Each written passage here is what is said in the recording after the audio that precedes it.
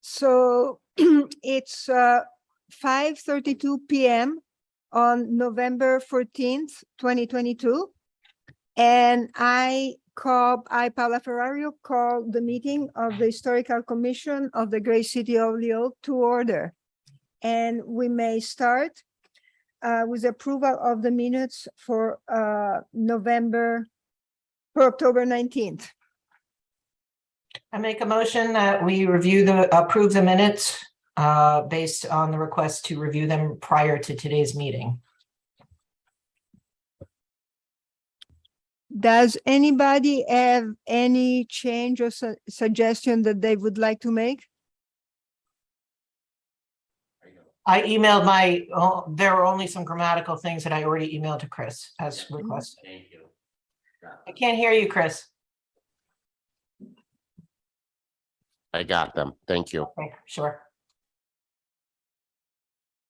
So I need somebody to second, Commissioner. Second, The motion is to approve the minutes of October 19, 2022. Commissioner Aubrey,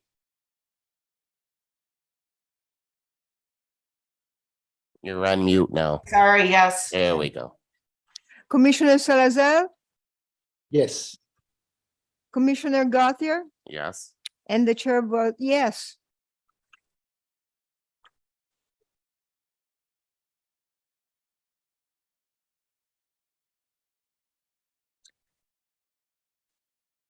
I make a motion that we move on to item 2. Discussion and approval of preservation agreement for 345 Chestnut Street. That would be item 3. It looks like call to order, approval of minutes, discussion. Yep. Excellent. I don't think we have to move to it. We can just go to it, but okay, so let me pull it up on the screen if you like. Or do you need to see it on the screen? Sharing probably would be good. Excellent.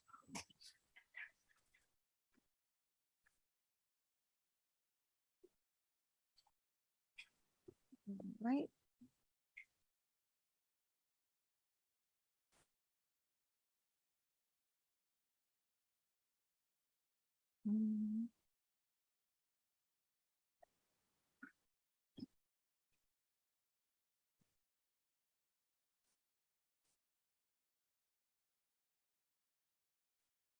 There we are.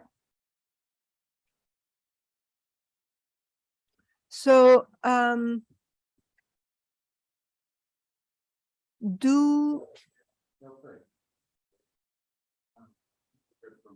okay. Okay. So for everybody, so just let me go through. A preservation restriction is an agreement. Once it's signed, it will be recorded with the registry of deed and imposes limitation on what can be done to the building. The historical commission sign it, the mayor signs it, but we hold it. And according to the rule of the historical commission, once a year, we should check the building to make sure that all the preservation restrictions that are imposed by this document, by the preservation restriction agreement, stay in place. At this point, the city attorney, the city solicitor's office, and help me out, guys. It's Voices of Nueva Esperanza. Yeah. Well, Voces de Esperanza have been going back and forth, and they've been consulting us some, and we have come to a document, and you guys have seen it before, that I believe the grantee can agree on. We will be the grantors. Am I correct? Yeah. So no, they are the grantors. So they are the ones that grant us the right to hold this preservation. So because we are the receiving side, we are the grantees.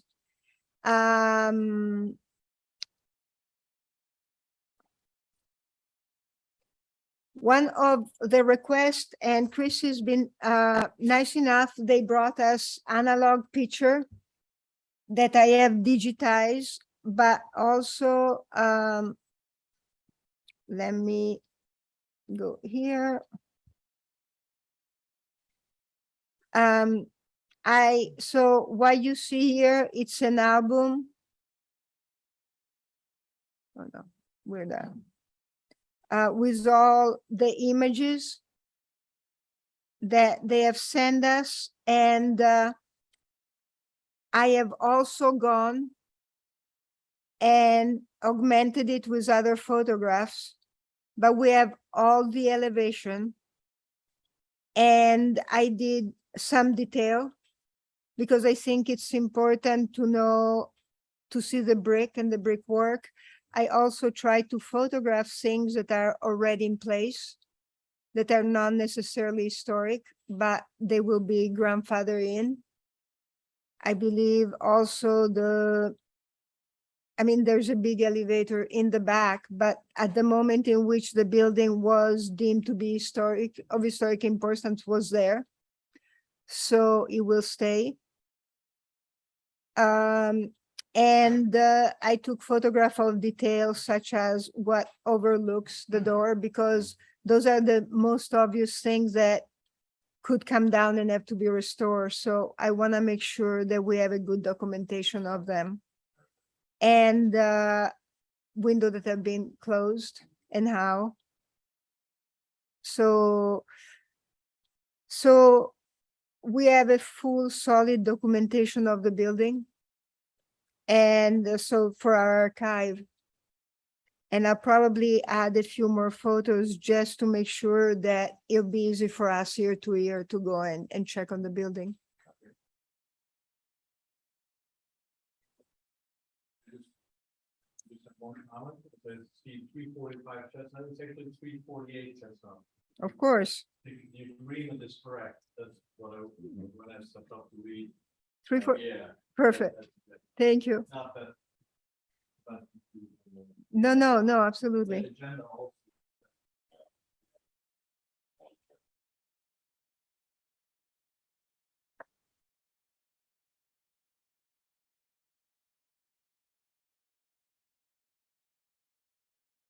The agreement, right? Yeah. Yes. What was the question? I can't hear who's off mic.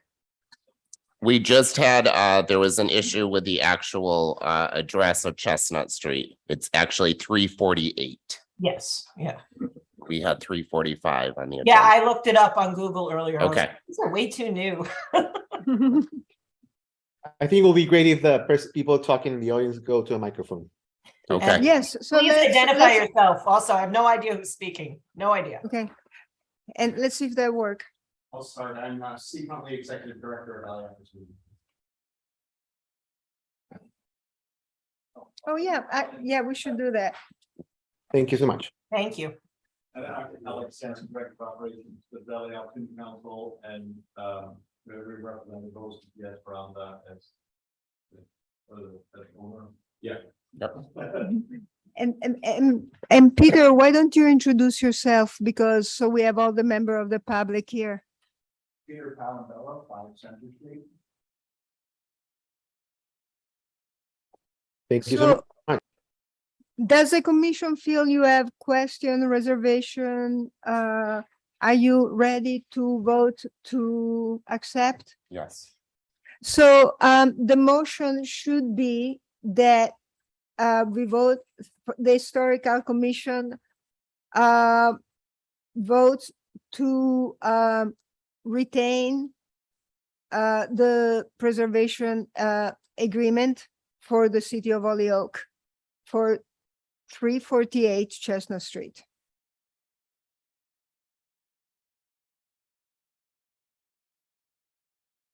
Anybody? No? I make a motion that the Holyoke Historical Commission retains the preservation agreement for the city of Holyoke. I second that. Okay, the motion is to accept and retain the preservation restriction for 348 Chestnut Street. Commissioner Aubrey, Yes. Commissioner Salazar, Yes. Commissioner Gothier, Yes. and the chair votes yes. So at this point, we will receive a copy signed by, hold on. By Voces de Esperanza and by Ray Reynolds. And then we all sign it. And then I believe the mayor is the last to sign it, and then it will become official. And again, thank you so much for being such a good partner. That's what I,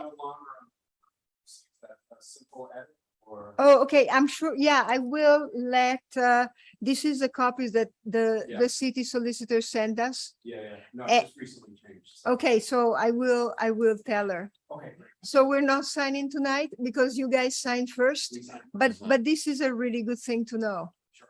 So, Also, excellent. Paula, in the document, there clearly seems to be a list of signatures by us that have to be notarized. So do we need to schedule that?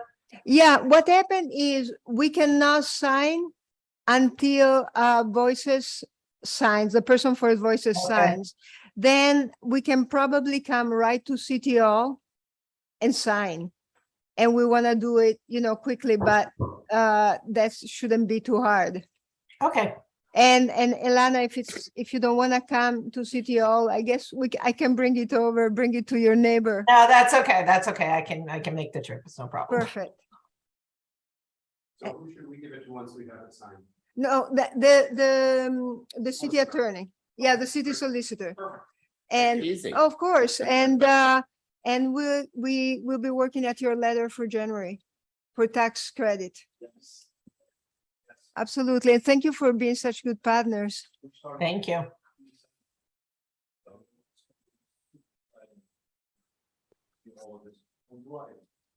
I know, and I mean, you are we lost a lot of people on the way, and you're really one of the group that stuck it through, waiting for the preservation restriction, doing the tax credit and making this thing happen. So it can be done. You are the proof that it can be done. Thank you so much. Thank you. Paula, I just have a quick question with regard to the document that was sent along for our review. So this almost entire document, this 49-page document, is relevant only to the 348 Chestnut part of our meeting tonight, correct? Or is there anything additional? Oh, No. Okay, so what page? Sorry, I realized that I made that You're mistake. good. Yeah. What page are we on? Sorry, what page are we on? So we would go down to So what, we will page move, 37? yes, to page 37. Okay, I apologize. I knew the No, answer. that's to okay. that. Okay. So item 4, CPA. We're gonna review the report on the scope of work.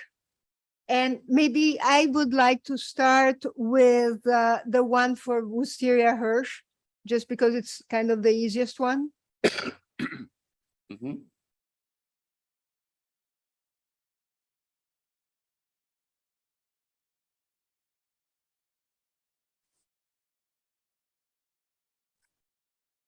To be honest, I found that presentation to be the most thorough, had sort of all the marks checked, and the document reflects that there don't seem to be any concerns regarding their requests around No. CPA funding for a particular scope of work. So unless people noticed something outstanding for the Wisteria Hearst request, I vote that we approve this particular scope of work. Motion?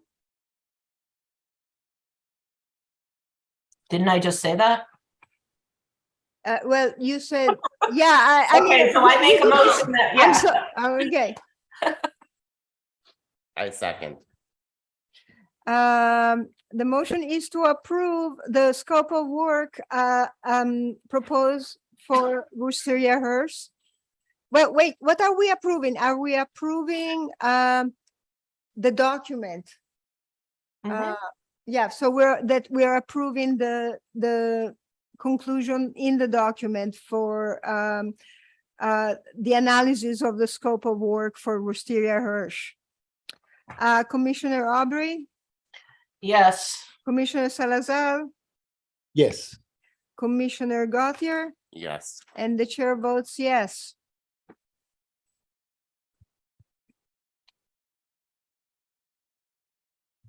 So more complicated is the scope of work for 106 to 120 High Street.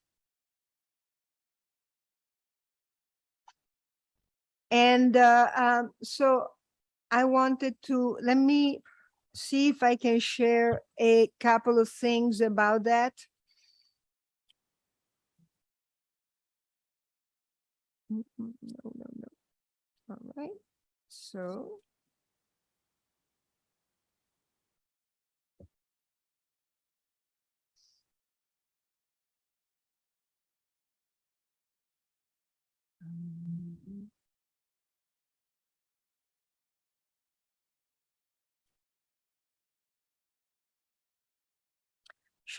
So after I read the proposal and review the work and the plan, I went and took a few picture of the back because one of the issue that it's taken on with one of the issue that is taken on with this project is the pargin code, which is basically this. It's the concrete is the stucco that's put on top of the brick. So it's no longer exposed brick. And two things. I believe that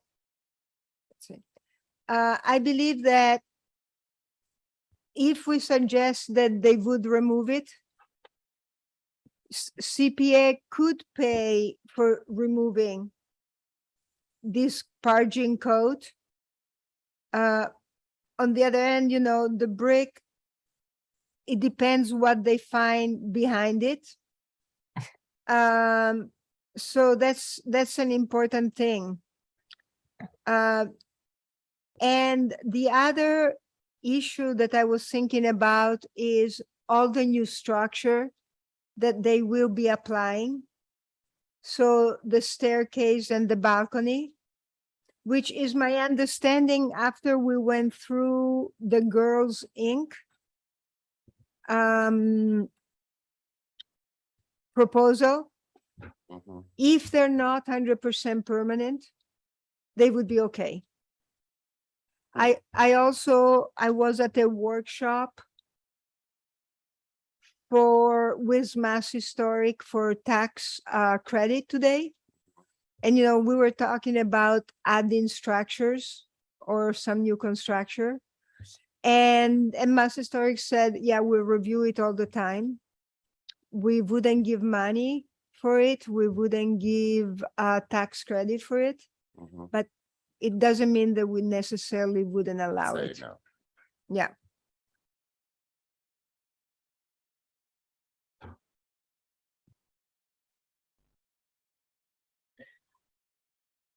I think it might be helpful, Paula, if we could just kind of, you know, go through this document. Yep. Because there's, you know, different fonts, there's different, you know, I think it would just be helpful for us to review it to get a better sense of Tyler's, you know, what he sees, what we should be focusing on, and that sort of thing. Yeah.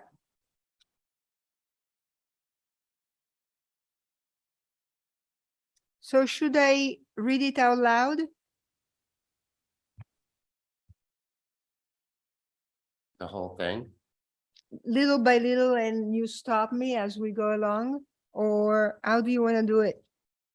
Alana, what were you, Well, I guess I just, when I'm looking at the section for this particular property, and it's 4 times longer than the one for Wisteriahurst. And granted, there's more involved in this one, but there are sections where he includes things in a very slight, a light font.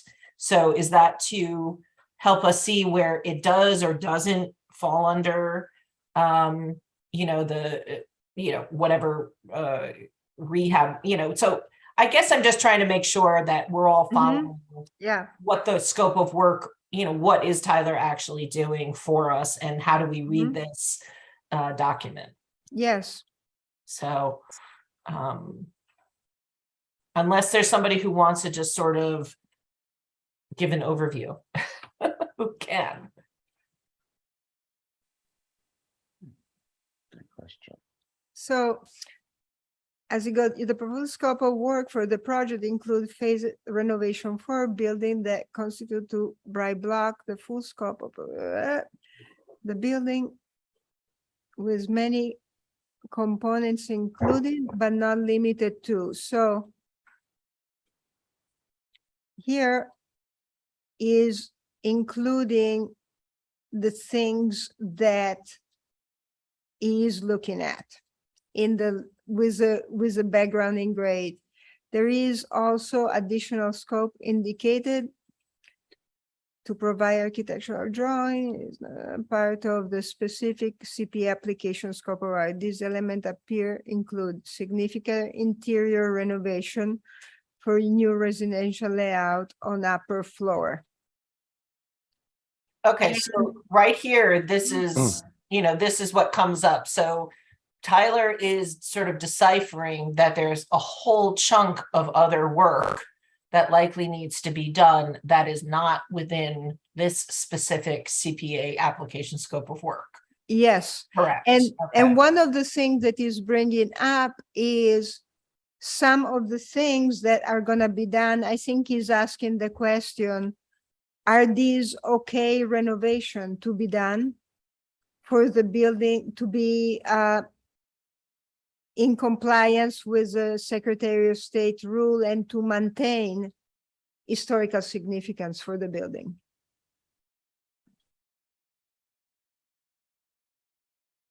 I believe that I think that Tyler's text is a little open in terms of like he kind of puts the ball back to us in terms of like, we need to keep like looking in what way this addition is going to change the historical integrity of the building. So I think in any case it's clear. It's kind of it's still an open piece of the puzzle. From the distance, it feels that it's just an addition, and I think it's not going to affect the historical integrity of the building, in my opinion, at least. But it will require for us to keep looking. So I don't know. The part that I don't know, I've been thinking this before the meeting, is what is our role around this? I think we don't know the scope of the work with clarity around after this report, and I think it's kind of like it's born on an opinion based, because we don't know exactly how this is going to change. There is an idea which is basically expanding a patio in the back with access to the building as well. But that seems to be okay for me. What I'm reading from the report is a little like ambiguous. I don't know. I don't think we have enough information to say yes or no, and that's the part that I found tricky about this part. Luis, I'm sorry, yes or no to what? Like to approve the scope of the work. Okay, so so this is, to me, when I read it and when I thought about it, this is how I would proceed. So for once, I do think that the question he raises and the things he brings in are extremely useful for us to look at. Now, what we have to do is look at the process. What happened, you know, they submitted a scope of work. We have the first, we have the first analysis from Tyler, who is telling us these things will definitely go through. These other things may be problematic and clash with the standard of the secretaries of state or clash with the historical significance of the building. So the historical significance of the building, what will happen, remember, one of the things we approve is before funding are approved, the applicant and their lawyer will sit with the city solicitor, Megan, McGrath, and me, and we will work out a preservation restriction. So part of the negotiation will be to say, okay, if you want CPF funding for this building, if you want to maintain it as an historic building, these are the things that you can do. But I think, you know, I think Louisa is right with this report. What we have, I think I can write the applicants to be at the November meeting of CPA.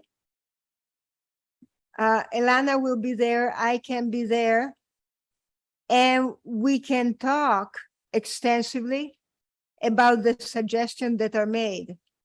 Because at this point, you know, this is what they're proposing, and at this point is a negotiation. So will the city of Holyoke give them the money? And will we give them the money?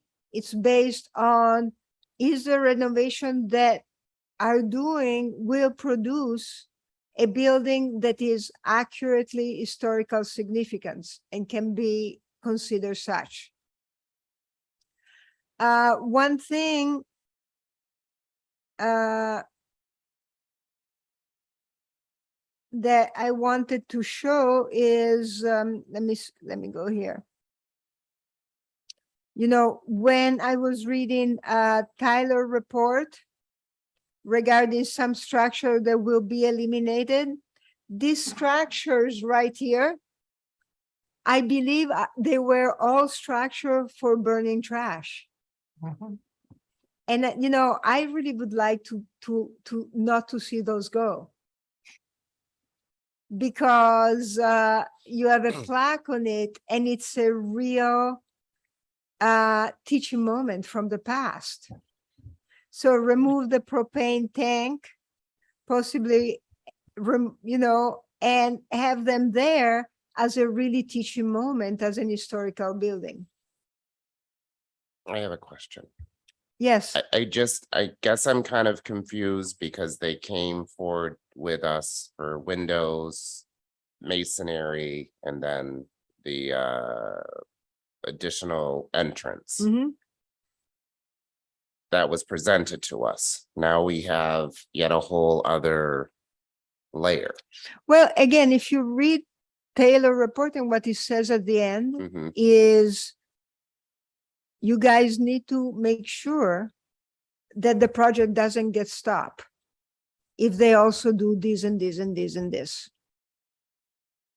But is that for us to vote on when they? Well, physically I think basically it's not, we don't vote on that. What we do is, but what we can talk about is, and what is for our commission Mhm. and for CPA to find out if all this other work is done. Mhm. Is it gonna hold with Mass Historic? Is this gonna be okay? Can we have a building where we can have a preservation restriction where the building is not altered in a way that cannot be considered historic anymore? Okay. So because, and I'll send you a video, there's a really good video from the Preservation Trust Mm-hmm. that basically about what can you use CPA money for. Mm-hmm. And what they say is, people come to us all the time saying, oh, can we use the money? Okay, we could buy the new window, but could we buy lesser window Mm-hmm. and do more to the building? Right. All right. And the answer is no, CPA money is to make sure it's done right. Mm-hmm. And done right means about historical Preservation. standards and the standards of the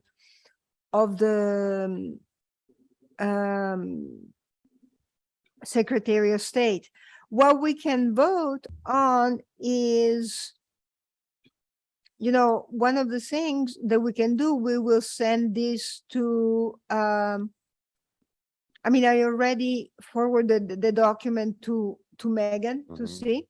But basically what we can say, and you don't have to do it, we can think more about comment and thing, but Mhm. we can say that, all the suggestions are instructive Correct. and the alarm bell that he has brought up are legitimate. So what the scope of work does, with the scope of work with the museum, we can just say, Megan, you have a clear bill of health. There's nothing here that shows any alarm, and you can go. With this report, we can say, look, this has to be addressed by the CPA Commission and by the Historical Commission before we put together the scope of work, before we put together the preservation restriction. After the fact. No. So at this point, this will go to CPA. They will ask question. Mm-hmm. I can talk more to Tyler Mm-hmm. before the meeting if you have more questions. Mm-hmm. I can ask CPA people he said they'll be willing to answer any question that they may have. Okay. So let's say, but basically reading this, and if I was on CPA and being on the Historical Commission, I was saying, what we have to do is say, okay, these and these and these are alarm bell. Are you willing to take out the parging code and repoint the brick? And we can even put that as part of the funding for the proposal. And then, okay, for me, are you willing to leave the trash burning devices? Can you make sure that all the structure in the back are removable, are made with, proper material? Can you go back and do the research and find, because remember, this was a contributing building to the historic district. Mm-hmm. So the condition it was on when North High Street became an historic district, Mm-hmm. those were the historic condition of the building. So we can ask for questions on the date if they have historic picture to make sure. So is this document also being shared with CPA? Yeah. Yes. Yeah. Okay, so it sort of strikes me that conclusion is about as clear as it can get. Yes. Also right before, it's further clarifying what our role is. It says further review from HHC may be required to clarify scope, compare to further evidence of historic conditions, if any, and ultimately render a determination on significance and applicability. So, to me, it sounds like, the goal is to apply for funds needed for what they indicated they were going to do the work with. But Tyler's assessment clearly reflects that there's way more work that needs to happen based on that's not going to be covered by this particular grant, or the amount that they requested, which I don't even remember at this point. So And I think that is very good. And I think the fact that it's not covered by the grant is not a problem. The problem is this other work. We really have to find out that this other work wouldn't compromise the historical significance of the building. right, And and just that's- hone in on that last line where it says, we Yeah, have to decide if portions of scope may receive CPA funding, even if the project includes scope that would neither be eligible for CPA nor satisfy regulatory criteria for historic rehab. Yeah. yeah. Hold on, let me put it on the screen. Where is my Zoom?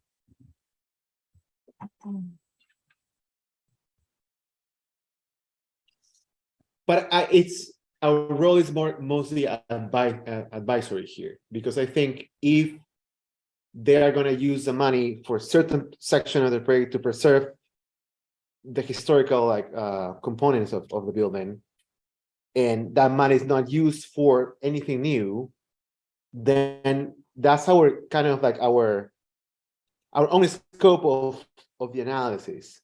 Like we definitely, we can.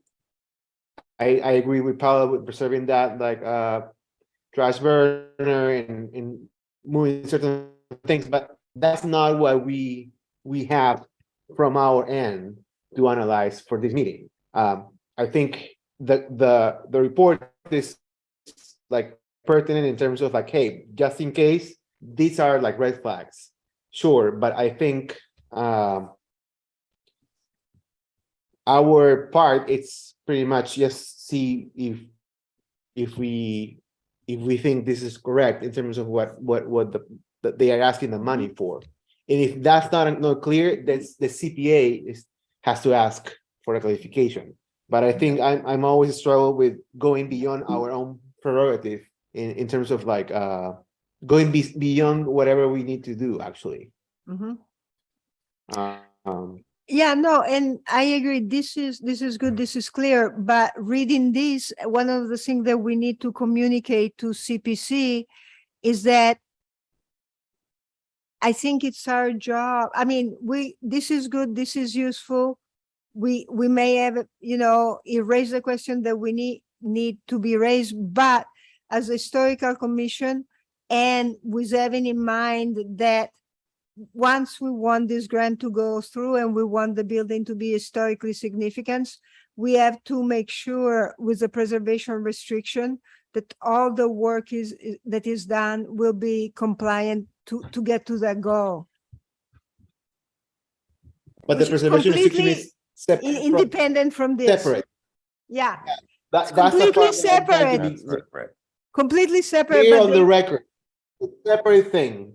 yeah. And I think we can pursue that as a commission down the road, but tonight in specifically in this part of the meeting, we're just focusing on the scope of work that is required in the application for the CPA, for the historical preservation part of the CPA. So I don't know. I think the further debate needs to happen throughout the next months, but not now. I think we are Correct. Perfect. So, and just one thing, so we can make a motion to approve the scope of work to send to CPC. I would like for me to write a line to the chair of CPC saying the commission in the next month will be reviewing what would be necessary for the PR and to make sure that the building remains historically significant. I make a motion to send to CPAC the scope of work for 106 120 High Street. I second. The motion is to move forth, and so I already sent it to Meg, but so that we approve it, right? That's the significant, the meaning of it, Luis? I mean, we're approving the proposed scope of work. Yeah. So I make a motion to review the proposed scope of work, to approve the proposed scope of work for 106-120 High Street. I second. Okay, so the commission, the motion is to approve the scope of work proposed for CPA funding for 106-120 High Street. Commissioner Aubrey, Yes. Commissioner Salazar, Yes. Commissioner Gauthier, Yes. chair votes yes. And can we make a motion? I would like to I don't even know if we have a motion, but I'll send some comment to the chair saying that more discussion and review will be done on terms of what should be included in the PR and what work may seem not appropriate. I think that's a note from you as a chair. Right. Perfect. Yeah. All right. Thank you. So point C, just this is going to be very quick. Unfortunately, there are only so many hours in the day, and just could not get a proposal for grant for Mass Historic to ask for money for a big survey. It'll be one of next year goal, but CPA actually can approve grants for survey. And I wrote Meg and said, can we have a conversation? Could we put a late grant in for a survey, say of Wyckoff Park and Scott's Tower? Mhm. And Meg said, you can only put a late grant in if it's an emergency. And, so I responded, well, no building is falling down, but we're well overdue on survey. I will speak more when we get to Scott's Tower. Mhm. The latest evaluation form from Scott's Tower is from 2001 and greatly outdated. In 2024, it's when the commission that is doing the work on the rehabilitation of Scott's Tower will consider the historical section of the historical section of Scott's Tower. Right now, they're really dedicating themselves to the land, the park, and all of that. So if we don't, it would be really nice to apply now and say, if you give us some money, we could start doing this survey. And, which would help immensely for getting funding in 24. Also, we can, I think we've been so good at working a new pattern and criteria for CPA and having new pattern in the application for things that go smoothly. So I really would hope that if I just write this thing and send it to Meg, that maybe they'll vote to make an extension to give us some money to do some surveys. Doesn't hurt. It doesn't hurt, No. right? We need to make a motion for that. We just write a I think letter, I can just do it. do it. What do you think?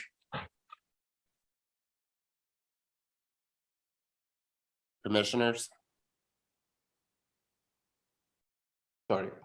I think this doesn't require a motion. I think it's something that, once again, is an advisor, it's a, initiative for you as chair, Paula.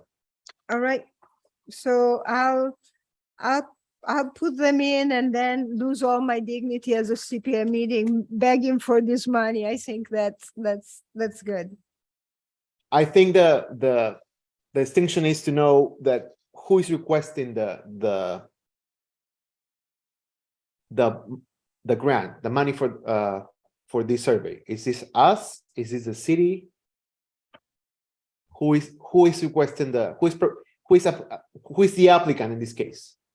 Oh, it would be the historical commission, but So let me double check. Yeah, so I think we should move forward to both. If it's us, then there are, as a commission, that are proposing this, or if it's some initiative, if it's an initiative from you, I think. Oh, no, it would not me. It would be I would do it as a historical commission. So, do So you we want to? Mhm. I think we should then make a motion to approve it. Yeah, I think you're right. I make a motion to propose to submit a late proposal to CPAC for a survey grant of a Scott Tower in Wyckoff Park. A second. The motion is to put in a late application for CPA for a survey of Wyckoff Park and Scott's Tower.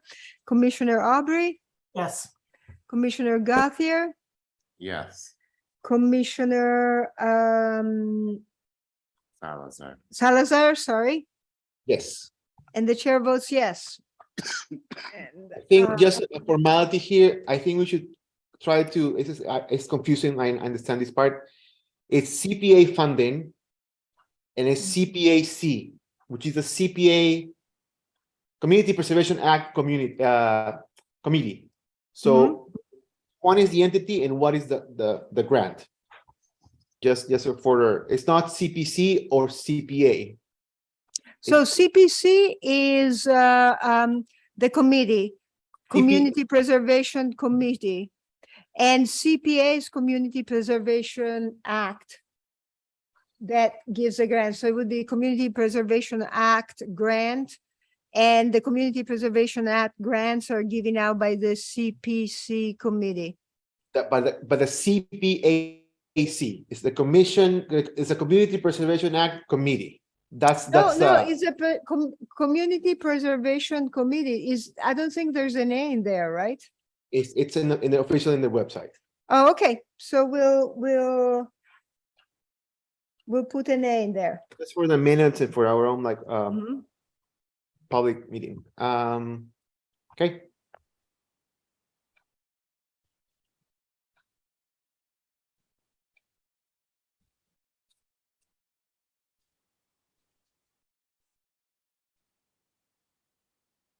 Do we have our special guest tonight? No, he actually, I meant to say at the beginning of the meeting, he did not, he said, I'd love to come to the meeting to talk about what I see High Street to be, but I know he's incredibly busy and he did not confirm. So if he's not here, we're gonna move forth. Okay. Item 6. So did we do A in CPA? I just want to make sure that we Did we do what? letter A in number 4. Yes. Okay, Yep. just making sure we did all 3. Okay, so we're on to number 6.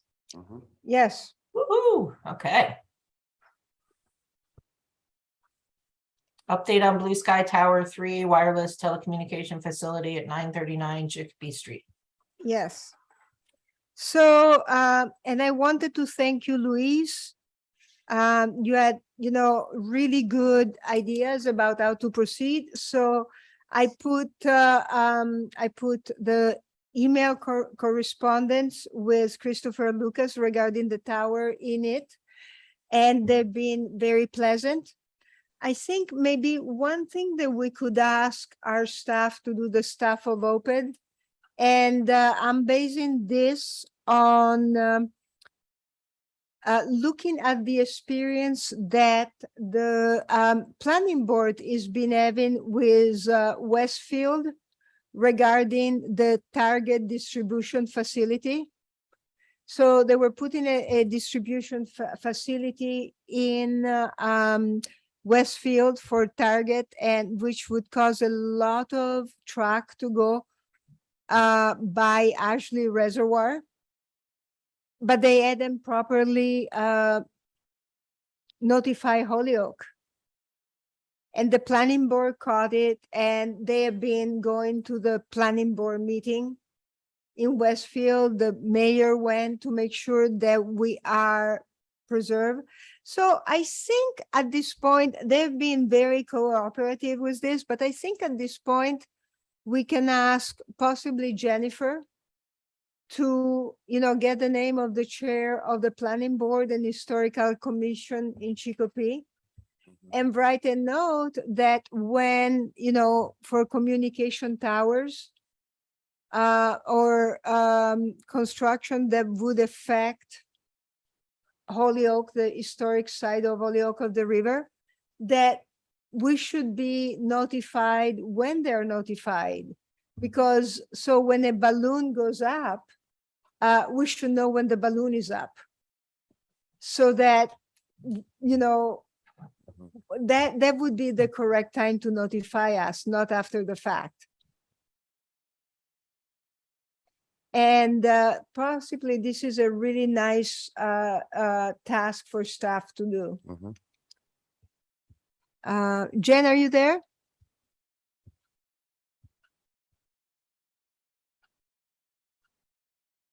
Hello. Jen? So, Send her a message.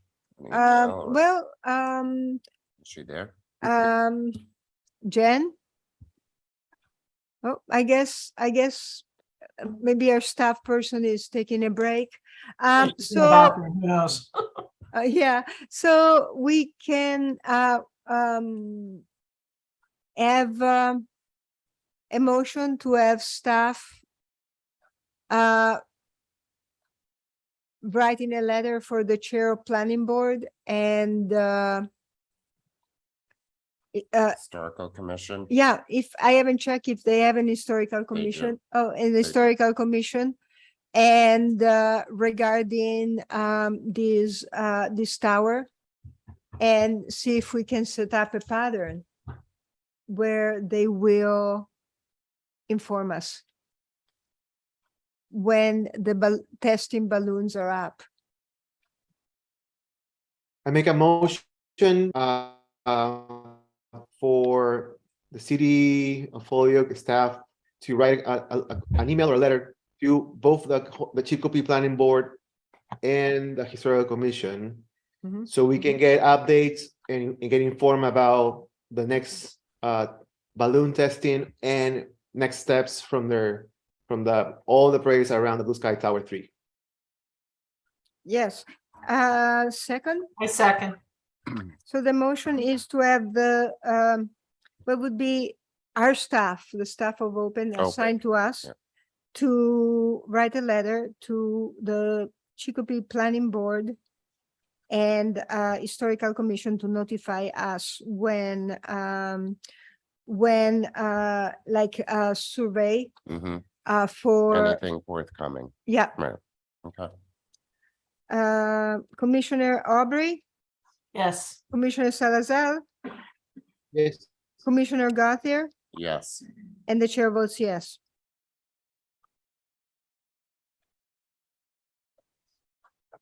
All right, let me share screen here. Okay, so hold on.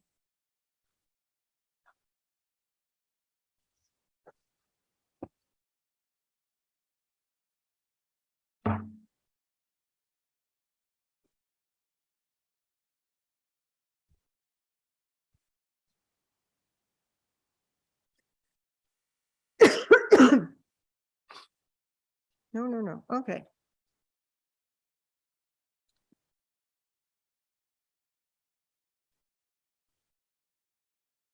So things are good regarding the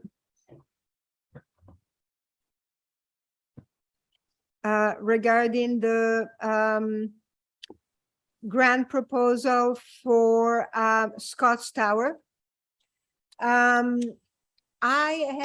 Chris was supposed to come too, but he got sick. But we went on a walk with Yoni Glower, the head of conservation, Mark Wamsley, who is part of the Castro Trust for the land, and then I didn't catch his last name, but he's part of the GZA engineering firm Oh, okay. that takes care of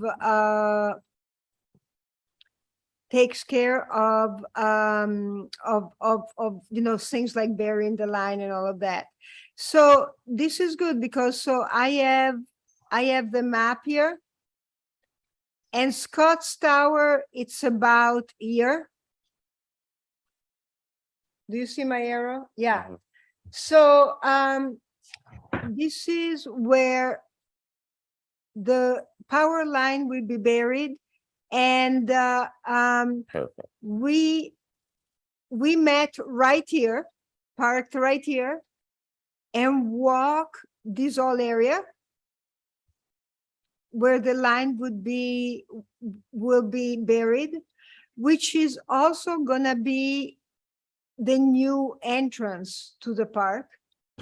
So they will put an entrance, and they already have graded the ground to put a road right here and bury the power line right next to it.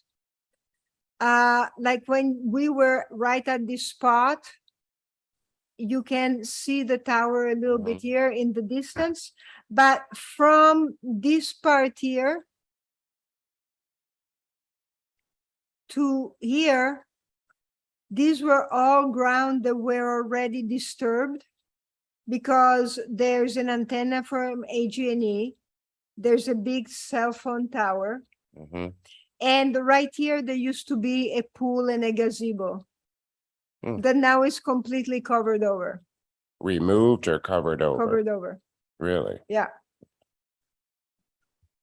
They filled it with asbestos tile. No, I'm joking. You never know. But so they were very thoughtful. What is interesting is that also Yoni is in his email wrote me that $140,000 have been assigned to fix the stoneworks that already exist around the tower. I have to clarify with him if that includes the tower too. But Not the tower, but beforehand. Are you? hold on. All right. So our preliminary site design process has 145,000 as a budget cost for restoring the different, and he put CCC era stone structures. So I wrote back is like, what is CCC? I don't know if it's the date, but this number will be redefined once we do the engineering and design work in earnest. So, but the other thing parallel that happened is I talked to Elizabeth Shiva, a Mass Historic, that is reviewing the 106, the proposal notification form. And, they're reviewing it. They say, we don't see any problem with this. And actually, she let me know that the law have changed. So actually local historic commission no longer have sovereign rule privilege, and it's mass historic, their review. But they were, grateful that we were doing our due diligence. And she said to me that you should really do a review of Scott's Tower. Mhm. Mhm. So again, priority, and as the project goes on, and the city acquires through CPA funding that 14 acres of land. Talking to Mark Wamsley, also, the project is being but very focused on land preservation. So I think it's gonna be up to us to make sure that the historical component is there. Very good. But it's been very nice to be in touch with Mass Historic, in touch with Yoni and everybody, and telling them we really want to be a part of this. Mhm. And just keep us posted, keep us informed. And again, there is a lot of federal money Mhm. pouring into the site. And among other things, there are wetlands. So a lot of project notification form Mhm. will go out because of the historic and because of the wetlands. Very good. Very good. Sounds good. Move to item 8. Report on commissioner meeting, being on other boards. So I was unable to attend the Tourism Advisory Committee, which met last Thursday, and I just got the minutes earlier this afternoon. So of interest, which is kind of nice to see, is that they are bringing in what they consider to be a youth member, a student at HCC, to serve as the committee's youth member. And that a motion was made to officially nominate both candidates to serve on the Tourism Advisory. So, mostly it just sort of sounds like there was some more discussion about the anniversary celebration, Community Mitigation Fund grant, press release. Yeah, not too much. It looked like a pretty short meeting. And the CPA meeting is next Monday. So I believe last month they met before we did, right? Yeah. Yeah. That's it for my end. I attended the Historical Preservation Trust meeting this past Sunday. Megan is also a member, and we just did a very, very quick view of the CPA applications, the process, and just very briefly talked about each of the applicants. Very quick, very quick, nothing major.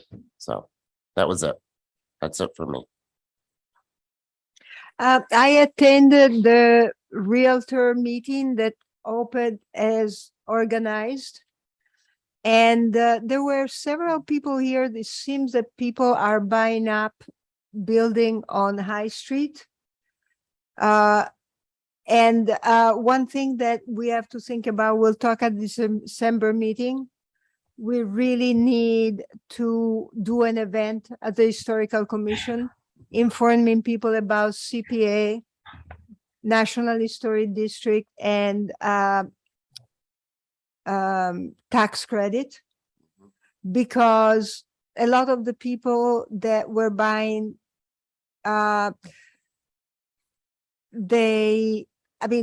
historical preservation was not on the radar. So I think that will be something that we'll bring in for December, because and again, with some of the demolition building going down on High Street, see who will be getting this building. People are excited about money coming in, But, and I'll talk a little more when I talk about the access district. If we're not careful, we can even lose the status of national district. So it's really important that we find a way to communicate. And one of the reasons why I was open for, The TDI person.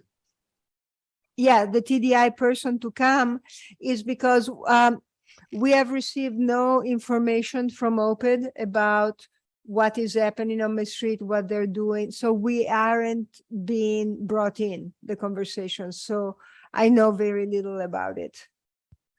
Is that something we should ask for some correspondence? Yes, Do we yeah. need to So make a I'll motion write Aaron saying, you know, we should really be kept informed. abreast of what's going on? What's going on, which building the city granted to whom. And we would like to hold an event regarding historical preservation and possibilities. In all the, I mean, you're right. It's like the goal of being involved is to just be able to produce something that can support and all the benefits of, you know, in this part of the town. So it's, yeah, it's, I don't know why that's not happening already, but I agree on the communication. Yep. And excellent. Let's move to item 9. Yes. So and let me get to my email quickly.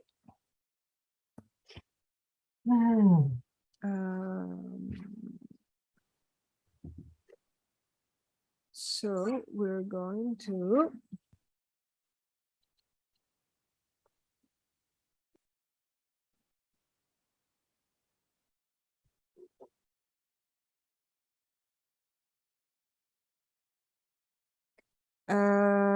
So I've been following the access district because, as you know, it was on the June or July list of district to be approved, and it did not get approved.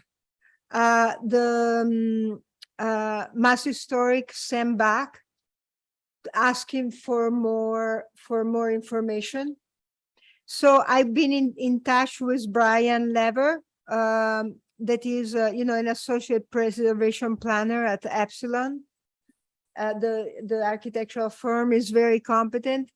He sent me the comments that Mass Historic sent to him, and I haven't asked him permission to share the document, but I will, and I'll ask. But the gist of it, so first of all, we have to keep in mind that they had to reduce the borders of the district Oh, sorry. because of all the demolition that happened. So a part of it, too many buildings were gone. The second part, I mean, one of the things that is being asked is, how does this district that is thought to be with very different kind of dwelling, you know, Victorian houses with apartment building, how is it unique? And how does it compare with other neighborhood in Holyoke that retain the same kind of architectural mix? But one of the things that, you know, as I was reading, that kind of was very apparent to me is, if more buildings go down, the district might just not exist. There might not be enough there. And I think they started this many years ago. And again, several demolition have come into play. And what it is, you know, it's the cycle. We demolish too much, then we cannot form a historic district anymore. Then we cannot attract developer or investor that care about doing the work using advantages for historical preservation. Mhm. So this is, and maybe, you know, we can have a, I'll try to contact, and if you do too, I'll try to contact city councilor that I'm in touch with.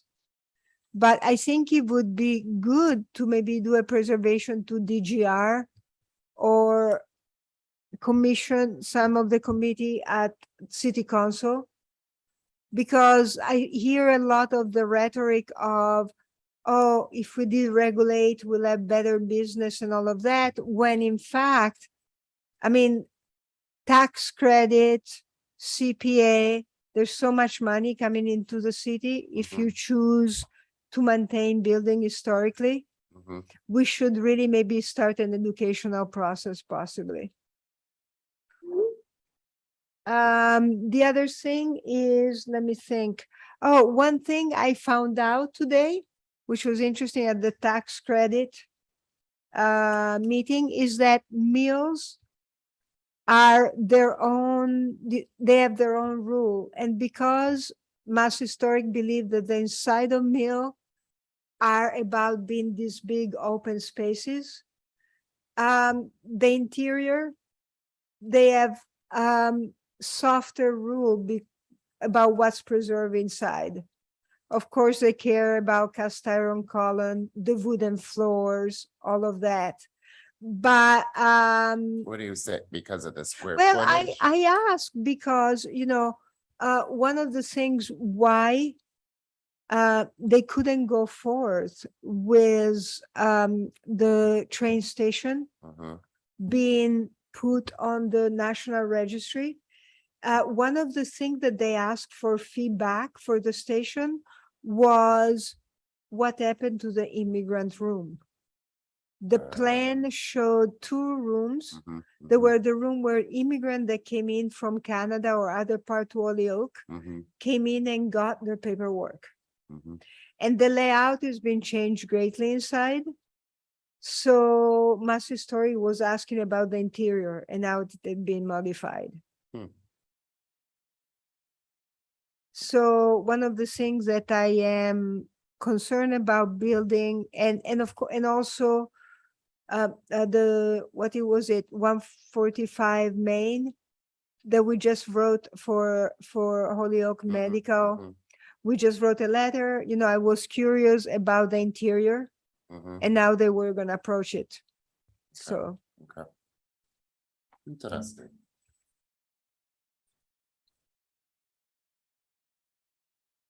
but I will ask Brian if I can show the comment from Mass Historic. I don't know 100% whether they are public record or not. They should be, but I want to ask him. Right.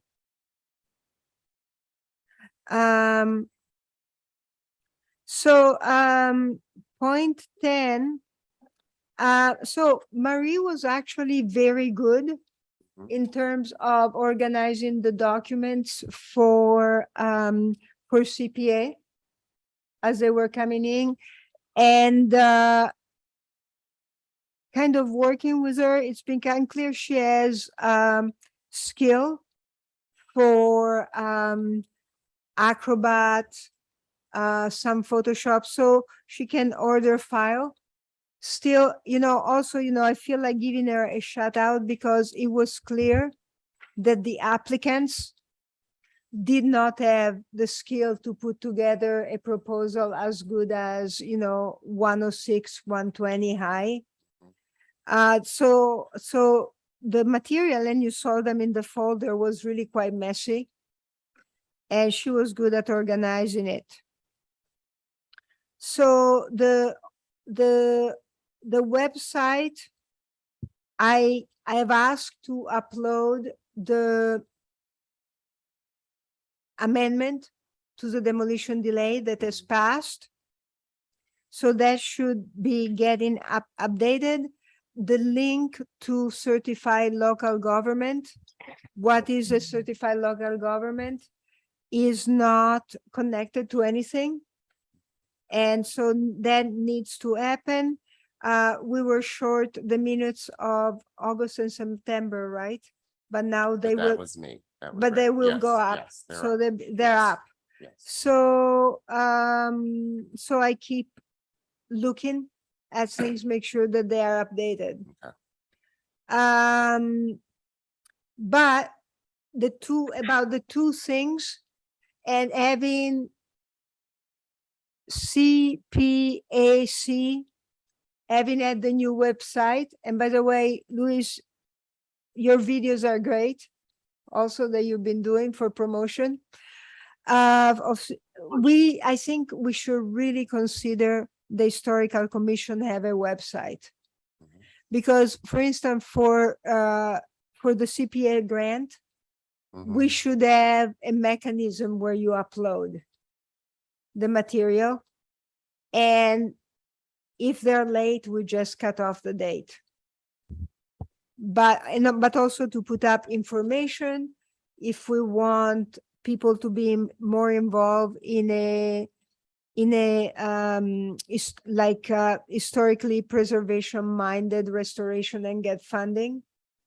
I think it might be time to have our own website if we can. I like this idea simply because, you know, there seems to just be this like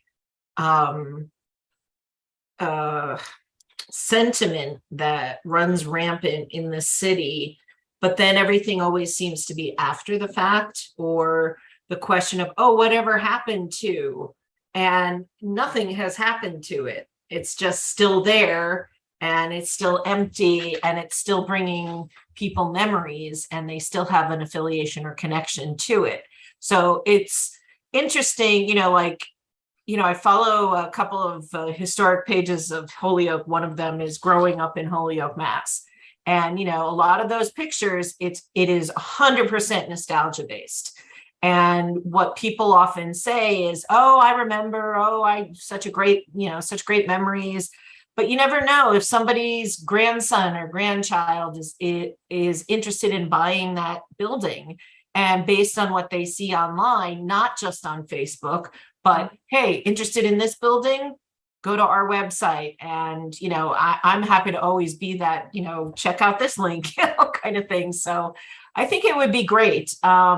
You know, I think it sort of falls in line with, you know, what we're talking about with regard to, sorry, I just lost my, you know, number 10.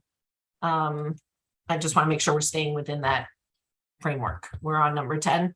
So, you know, I think that would have to involve having somebody available to help us with it. Yes, for sure. And at the beginning, now from what you said at the beginning, you said, I do like that idea, or I don't. Yes, yeah. I Okay. do. So no, absolutely. And the next points will go through that. So organization of the AJC Google Drive, we should have an intern soon, but, and this is comical. I wrote,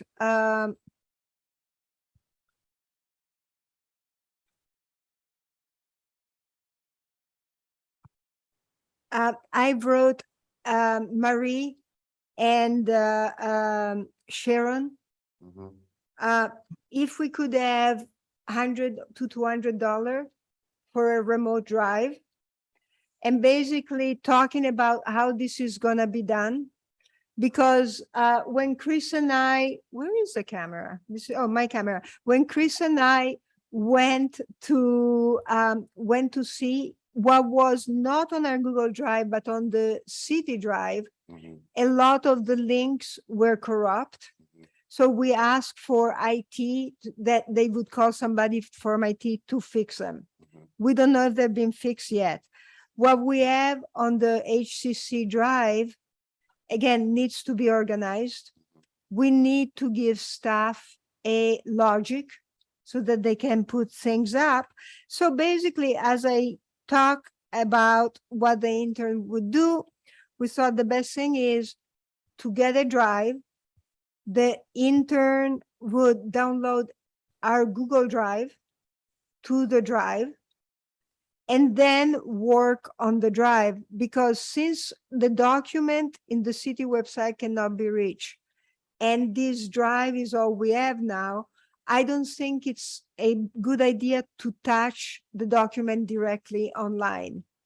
What they should do is leave leave all the document up, but also download everything, and then organize the file in a logical way, name them in a logical way, create a log, because one of the things when I started going through many documents are mislabeled, because sometimes there were 2 or 3 documents for different building that were scanned at once, and they bear the name of the first address. So the intern can organize everything, double check, make sure that they have everything there, create the logic, and then once that we call it image, once that image is done, it can be uploaded to substitute what is there now. But, you know, I wouldn't have an intern to just work on the site up there, because part of it is gonna have to download things and reorganize them. And and if the drive is like, say, like 10 terabyte, it could have what he downloaded from our website, and parallel on the same drive, the new archives, the new file with a proper name. So I asked for $100 to $200, and now we could get them. And Aaron wrote back saying, well, I don't know if we can give them to you right away because it's not a crisis situation. So I will explain that it is a crisis situation, but also he didn't understand. He doesn't know the process that I explained to you. Are you asked him for money, or if this is? Yeah, I if mean, that's, can we do basically this? where we are, Right. we need this money. We don't have a fund. Okay, We do we need- have to ask as well for permission to do this? Yeah, we can, because since we don't know if we're gonna be reimbursed or not, I want to make sure that it's ordered Okay. by whatever department in this building would do. give us money.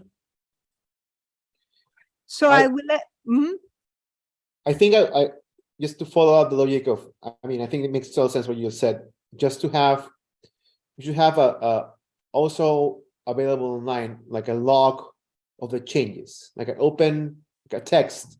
Every time somebody's uploading something, just add a line in the log saying, I modified this, I changed this. I think there's software for that, but I'm not gonna go that far. There's software that does that for you, but I think for now, it has to be like the old-fashioned way.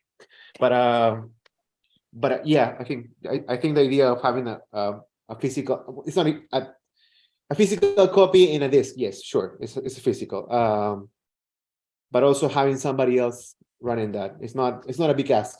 I think it's just a hard drive. but yeah, and I think Luis and you and I are a bit the technical people here. And I think as a methodology, this is a methodology that makes the most sense to restore the drive. Totally, because we don't know the changes as they go in Google Drive. It just does it automatically. It's not that you have versions of the same thing. So it's better to have some. Actually, it's going to make things more smoother down the road, because if somebody else wants to go in the past, they can just go to a log page and know exactly where to look, even if the search bar doesn't work. I mean, this is kind of technical, but I think that having somebody else organizing this as the primary task is fantastic. And yeah, because let me see if I can show you.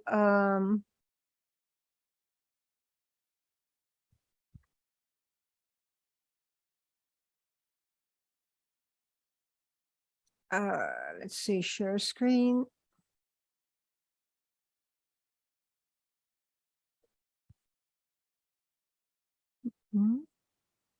This is it. Yeah. So for instance, if we go to the Google Drive now, and what you were saying about the log, right now the 939 Chicopee Street has been just put up as a folder here. Mhm. When it probably there should be a folder that is request for comments. Because for towers, for handicap access in historic places, for signaling in historic district, those are requests for comments that are sent to us. And there should be a folder for request of comments. I haven't looked if we have one of them in here somewhere. Somewhere else. Yeah, but it shouldn't be definitely just put up there like that.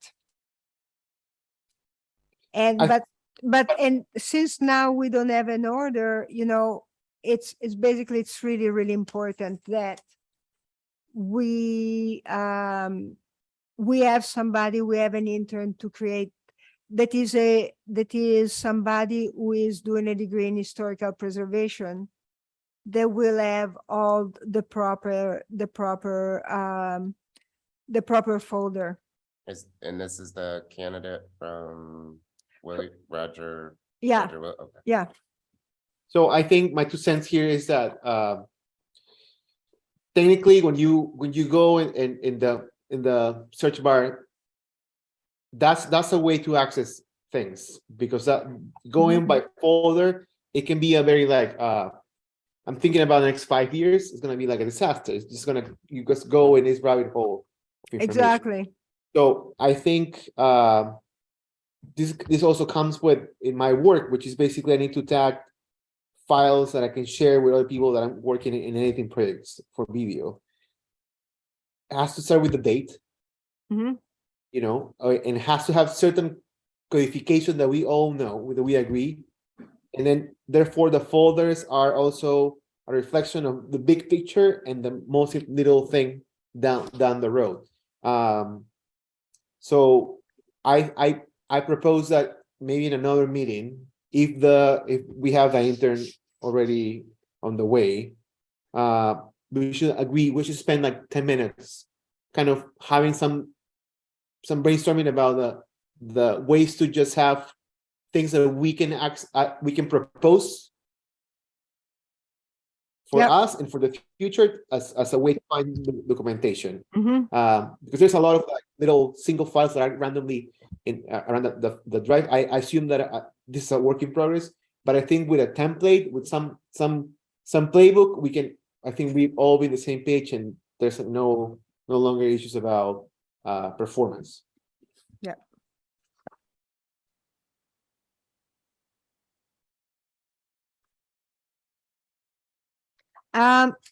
So we were doing so well, but actually Elana was right.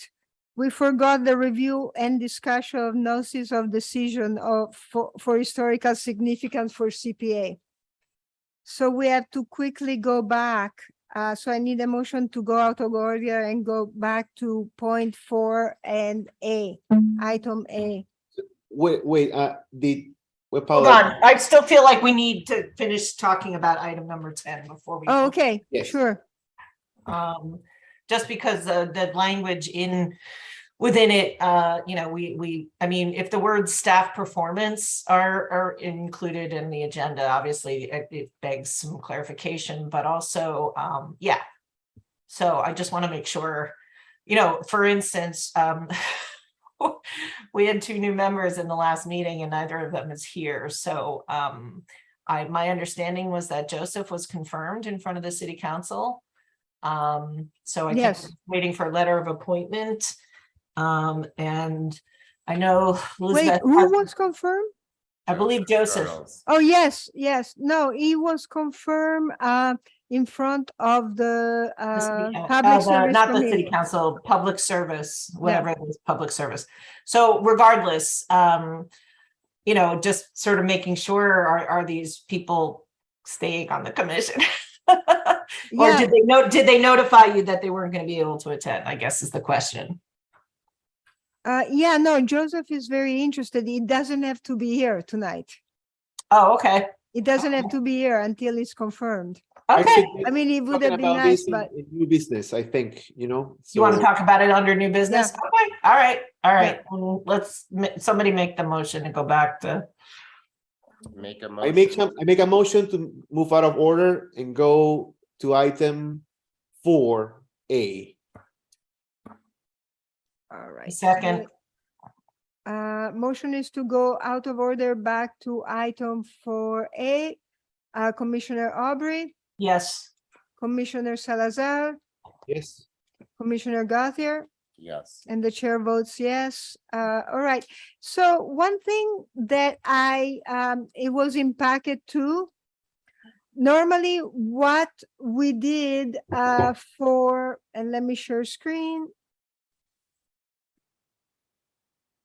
I think it's this one, sure. Normally what we are requested to do for CPA is simply give a letter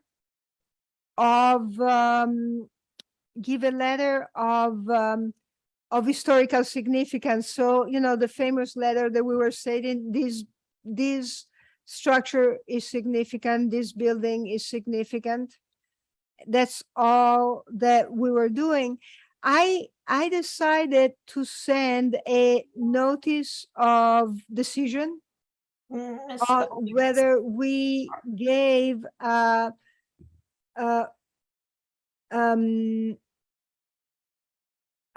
we declare a That's building object or whatever historically significant or not. Also because, as you know, with the Victory Theater, there was a lot of confusion about them wanting to appeal, not understanding that they had to reapply. So, and also in case applicant go to city council or to the CPAC committee, I think it would be very useful to have this letter. Yeah. These haven't been sent. This is just to discuss using these. Yeah, no, they haven't been sent because I Okay, need your because approval. they definitely need some edits. And I actually, Peter Palombello, it's Palombella. I need to change the last letter there. Also, Meg's name is not Mag, it's Meg. Yep. But So also, yeah, there's a bunch of stuff that should be reviewed. and Commissioner Aubrey, will you edit? Not Yes. now, but. Yes, once we I get- agree to review to determine, yeah, sure. And we need a motion that once Commissioner Audrey reviews the letter, that I will send them to CPCAC. Is that okay? Mhm. I don't know if I'm allowed to make a motion with myself. I in make a motion, once Commissioner Aubrey approves the notice of decision, Not approved, the edits. approves the edits, that we may send them to the correct To the CPCA committee. CPCAC commission. Well, the only thing is, I don't believe this was included in the packet of materials tonight. Oh, so- I sent a packet too. No, but this was not part of it. Yes, it was. No, we didn't. I get haven't, this. I've only just seeing this now, so Carla, we Re- didn't- I we don't didn't think we get the- can, I don't think we can approve that motion because the rest of the commission hasn't reviewed the letters.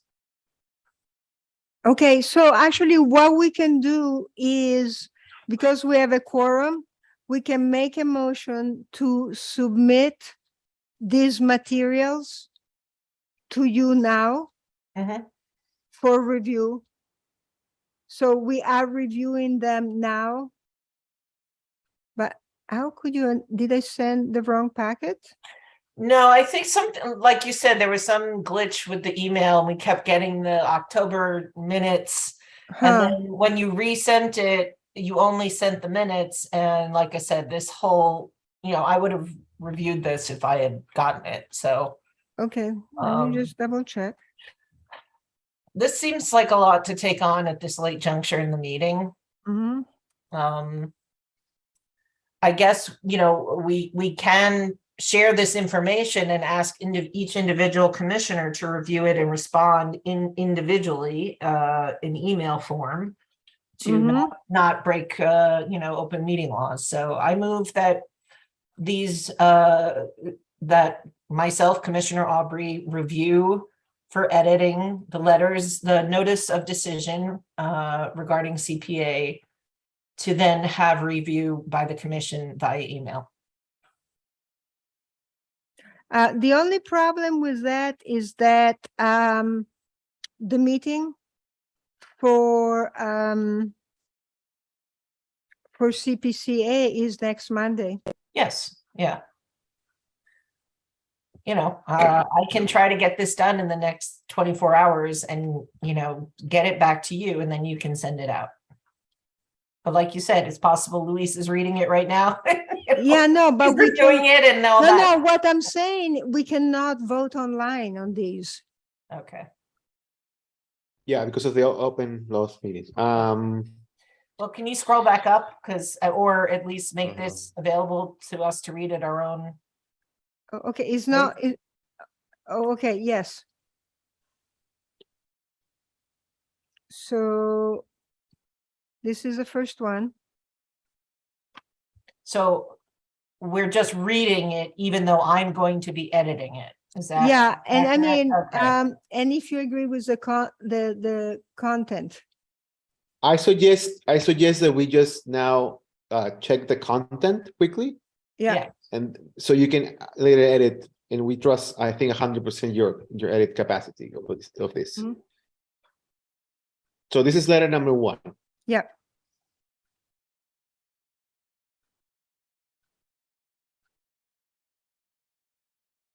That's fine. You read it out, you Oh. voice your comments or edits that you want made, Mhm.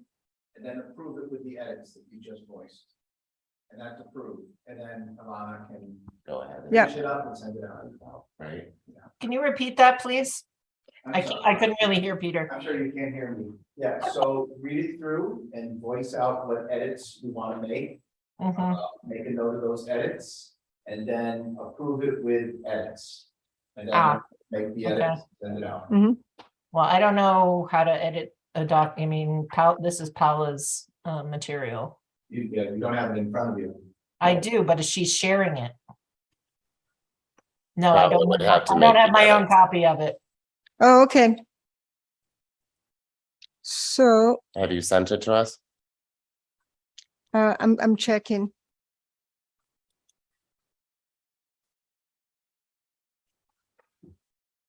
Okay.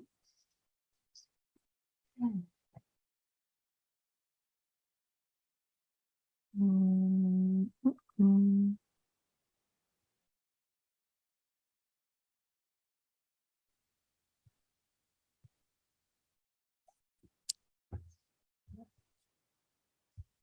Oh, you're right. I sent packet 1 again. Mm. So the only one who got it was Luis. No, I didn't get it. You didn't get it? No, I just get the This is packet weird. 1.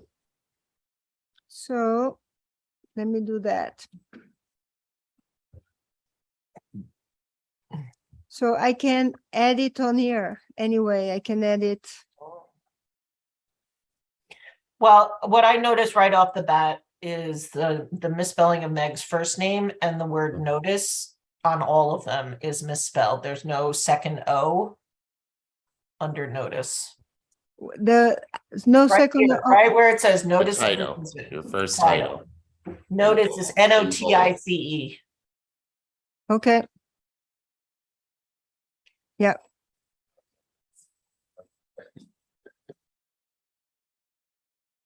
We need a space between the paragraphs, like a double space.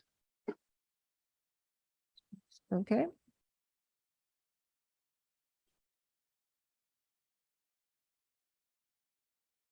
Yeah, this one's pretty straightforward. I mean, they Okay. And presented this things is- so clearly. So, right. And- Paula. Peter's name. Yeah. Okay. All right. So again, Meg. Oh, Yeah. Just wait until you get down there.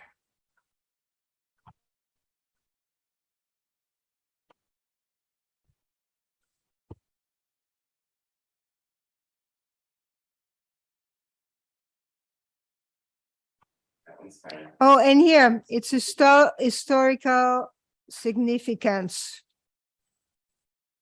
Oh, significance. Yeah, okay. Yeah. All right. Okay, cool.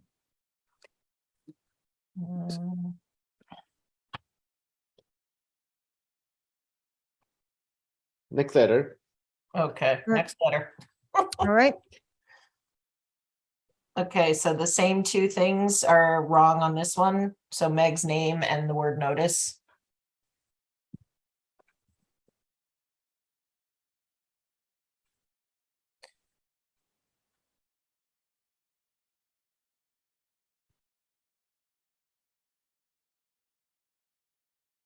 You need an S at the end of decades in the first paragraph. Right after the word Holyoke.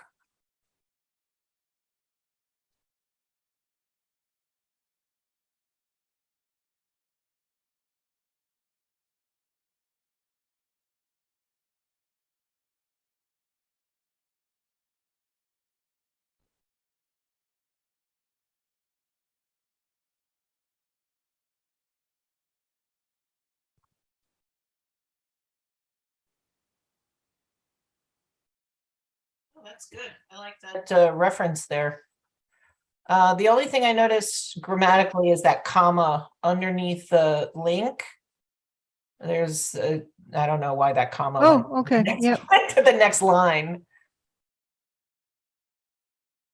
Okay. Yeah, this Definitely one, a space between every paragraph. It's important to have here. Okay.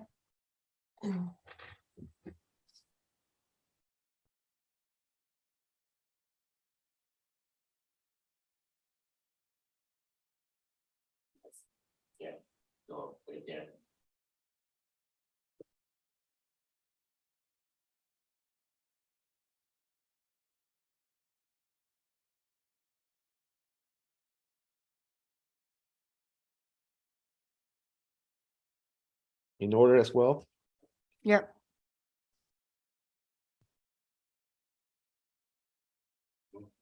All right. okay. On to the next one.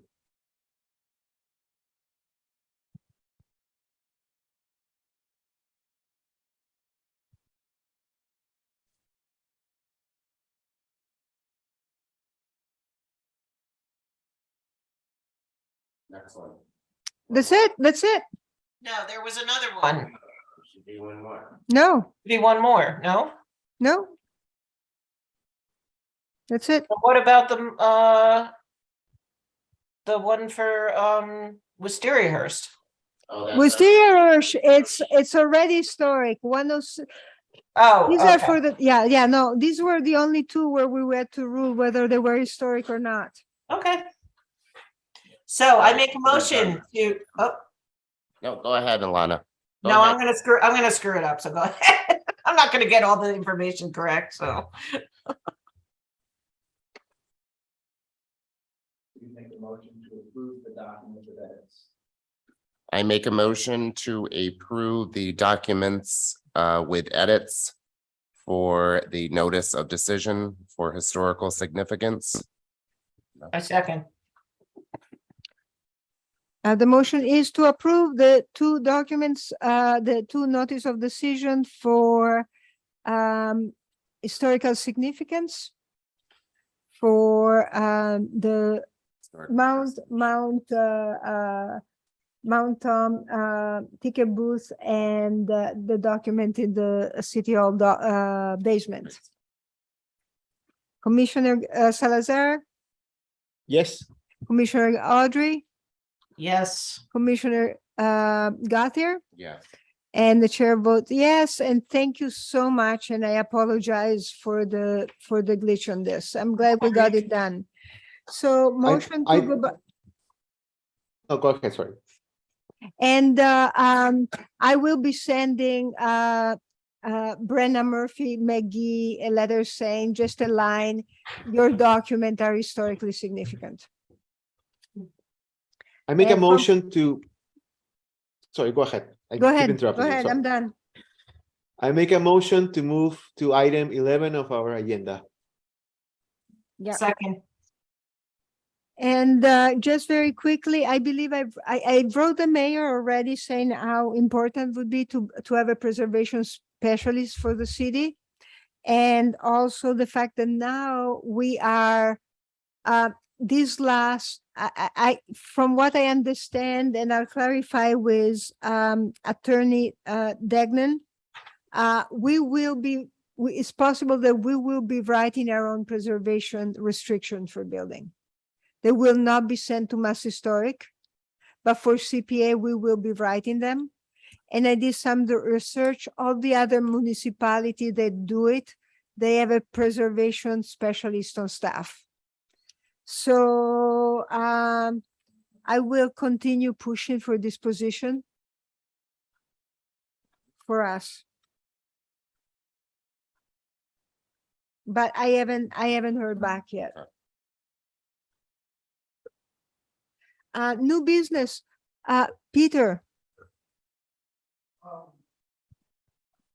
Yes, very quickly. I just wanted to encourage the commission to, once you get up to full steam and you've got enough members, to start thinking about creating subcommittees. Oh, yeah. This is something I wanted to do back in my day, and we never really got around to it. And I think there's an awful lot of work that needs to be done on the ground. Specifically, the historical preservation property restrictions. You're putting these out there, but you're never going out and enforcing them. And I think it would be really great to have a compliance subcommittee to look at these and sort of streamline that process. And I think that would be a nice little subcommittee for 3 or more people to go out and to make sure that properties are in compliance with whatever restrictions are on them. And as a historical homeowner myself, I would really value that, to get some feedback, to get a letter to say, my property is not in compliance, and this is what we need to start thinking about. I think that would be really helpful. I will put it on the agenda for the December meeting.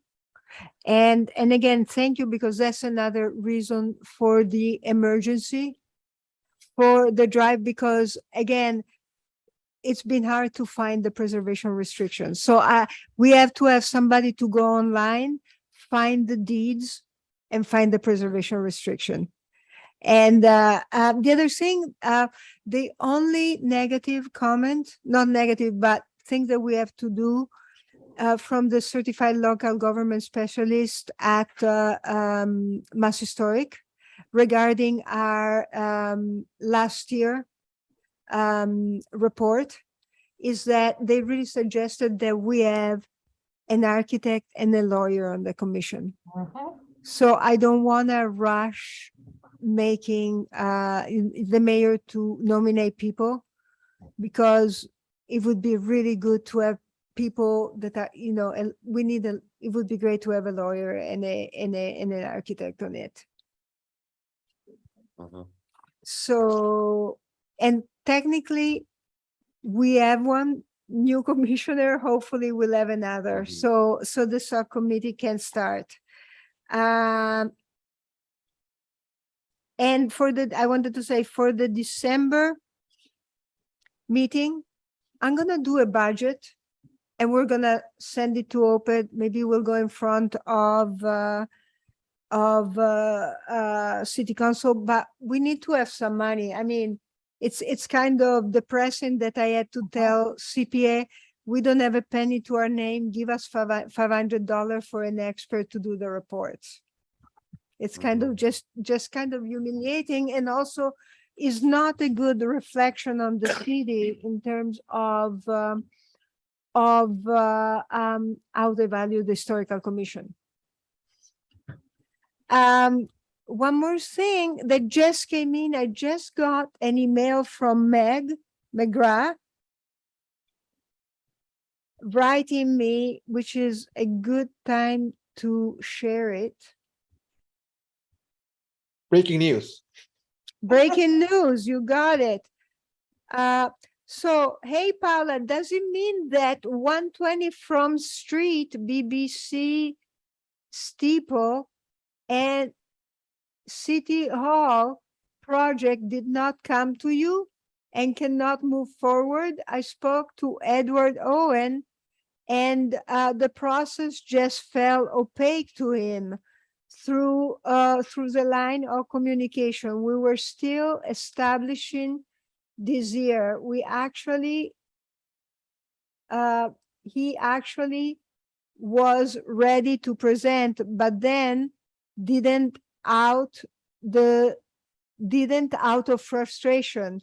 I didn't know if the AC would be open to having him present to an upcoming meeting. What about another two? You know, I don't have a problem. Actually, this man, Owen,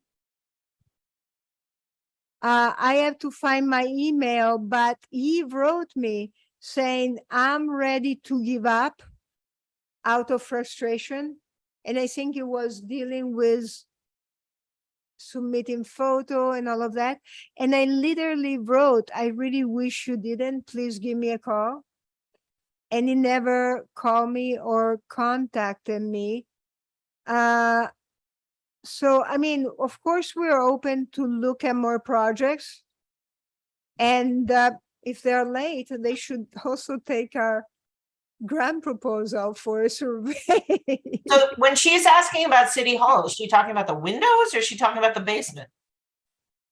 No. No, she church. didn't ask. The church, the church. Oh, I The thought you said corner. City Hall.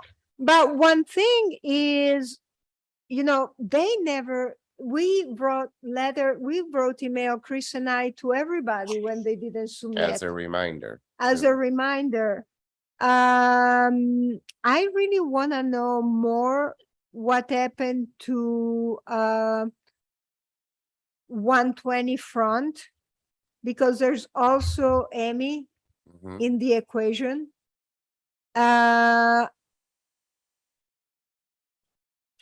Amy, is that who you said? Amy? Amy, Okay, yeah, Land. Emil Landa. yep. but yeah, I'll share with the commission my conversation with the owner of 120, because it's a very worthwhile project. Mhm. But the problem, you know, and I've write Megan that they need to give us money for another hour for Tyler, because Mhm. we cannot, or an hour or two. And I'll send her documentation. Basically, I really did everything I could with him Mhm. to get him to submit. The other thing is from the church, Mhm. we didn't hear a peep, nothing. So that doesn't bode well, but certainly we can put some hearing up for next meeting. I mean, we want things to be successful, but again, the guy at 120 front should make an effort to communicate. I think you did everything that you could. The email is that, and I think we should not do anything more. I think that's exactly, I mean, you can communicate, of course, whatever you want to communicate with to Megan. Mhm. But I think on our end, like if there's a procedure and there's a time frame, and you reach out to this person saying, I can help you. Yeah, Yeah. I think sadly, that's it, you know?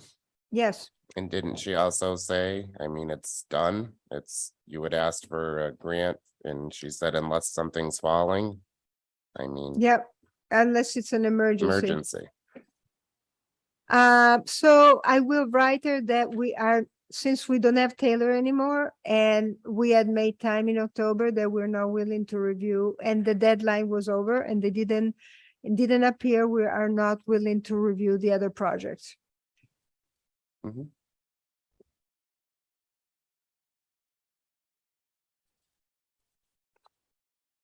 Very good. Thank you. Anything else in new business? I don't know if it's old business or new business. I just very, very quickly, who is our certified government liaison? Well, we didn't vote on it. Mhm. Kind of, I introduced Jen Okay, for it, because Ben used to do it. shouldn't it be someone in the commission? I think at this point, it probably is best if somebody from the commission would be our certified government liaison.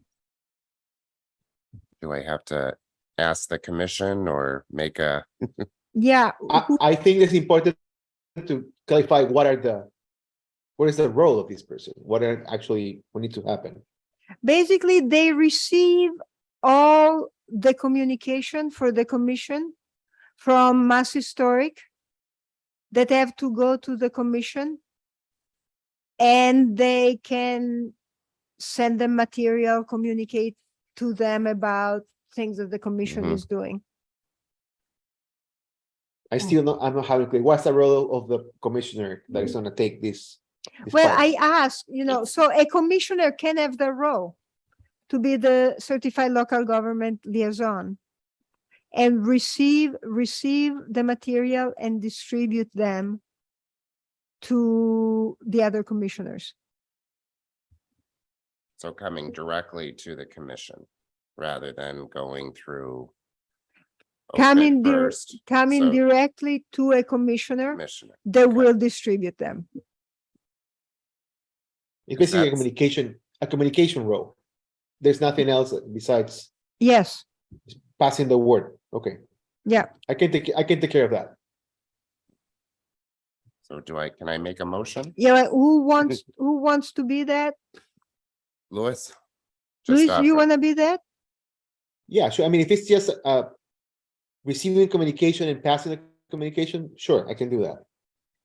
If it's Now, more than that, I don't know. You will be receiving a bunch of documents that have to be shared right away, and they will come in email, but also in they may come in Oh, the paper physical form that way. you will have to pick up. Yeah, I think that's a different thing. I feel like I will probably be late with the physical thing because I'm not in town most of the week. Yeah. So that's a part that I think, yeah, I retract myself. I can't do that. So can we? Well, I mean, I'll be glad to do it. Yeah, but we all Because- have enough on our plate. Well, yes and no, because basically I'm the first one that has You're to getting deal that with anyways. with those documents. Are you okay with that? I am okay with that. And we can also see once Joseph comes, Well, right. we're gonna make him the secretary. Yes, the the- secretary. Yes. Yeah, I Guess think what? we can probably wait until we have like the him on board so we can test this out, I think. Would you like How to how wait, or do how you want me urgent is to- this? Well, basically, again, I want to make sure that we get things and that they're, right away. The chair is doing the majority of this anyways. Exactly. And Okay, I'm sorry, but to me, that should be part of your duties. All right, so yeah, Sorry. no, I'll do it. That will be fine. And I love actually the certified local government person at Mass Historic is just lovely, lovely person. Well, I think that will be a better fit for the commission because of your involvement already. Yes, On one yeah, side. you'll get- 100%. okay, Are you all right with Yes, that? Okay. yes, So I'm making a motion to appoint Mhm. Our chair, Ferrera, to be our certified local government liaison. I mean, yeah, second, I second that. are you a liaison still, or would you be? that's it. Yeah, right? Yeah. Yeah, liaison. Okay. The motion is to make the chair the certified local government liaison for the historical commission, Commissioner Aubrey, Yes, Commissioner Salazar, Yes, Commissioner Gauthier, Yes. and the chair votes yes. No, I actually should call you vice chair. But I've been calling you That's commissioner, fine. so that just came to mind. And any old business? Before we move to that, I wanna point something out. It's a question of order. I think, it's important to keep track of our assistance to the meetings. I think, like, we all make now, because we are 5 for now, we make an effort to have quorum and make, be part There's of only this. 4. There's only 4 of us. Yes, Well, There's only 4 five, of us. five. Yeah, so I am feeling under the weather, so like I was trying to see if like I was needed, so I can, reduce myself for Mhm. for the night. And like, have you had any communications for the absentee of the night about why she's not in the meeting? let me see if she sent any email saying I won't be there or anything. Is Uh, there a protocol that should There be is. followed? In our Yeah. Typically, bylaws, there's at least the common courtesy of, saying, reaching out to the chair if you can't Right. make it. Right. Yeah, but no, there's our bylaws has that clear is if there's 3 unnoticed, what's the right wording? I think it's Right. 3 Pending. no, it's give me a second, I have it somewhere around. I think it was 3 consecutive absences. yeah, Exactly. Oh, that's what you're referring to. Yes. that is what it is. But I will, Were deemed to have resigned. But now that happened, but that because that happened with Harry. yes, It's an old law. It's been. But yeah, it it's been there. What happened though with Harry? Because it didn't. Peter, you gotta raise your hand. Because, I mean, we love to have you here, but I retain myself to say anything because we love you, but we gotta Yeah. go with the rules. But yeah, no, but we'll keep watching and I will write the new commissioner and say, please give us the courtesy to let us know if you will not be there. And please do know that 3 consecutive, you cannot have more than 3 consecutive. But So- I am saddened that she's not here because this was a great learning meeting. And I'm missing that, hopefully she will watch it online because we're great TV. It is, So if that's the case, I think I want to just say for the recording that it is the first one. yes, it is the first meeting that she has missed and it will be counted. It's 7:35 and I would like somebody to make a motion to adjourn unless there is anything else. I make a motion to adjourn Historic Commission meeting of November 14th, 2022. Second. Commissioner Aubrey, Yes. Commissioner Salazar, Yes. Commissioner Gauthier, Yes. and the chair votes yes, and we were efficient tonight. Thank you all. Bye. Bye.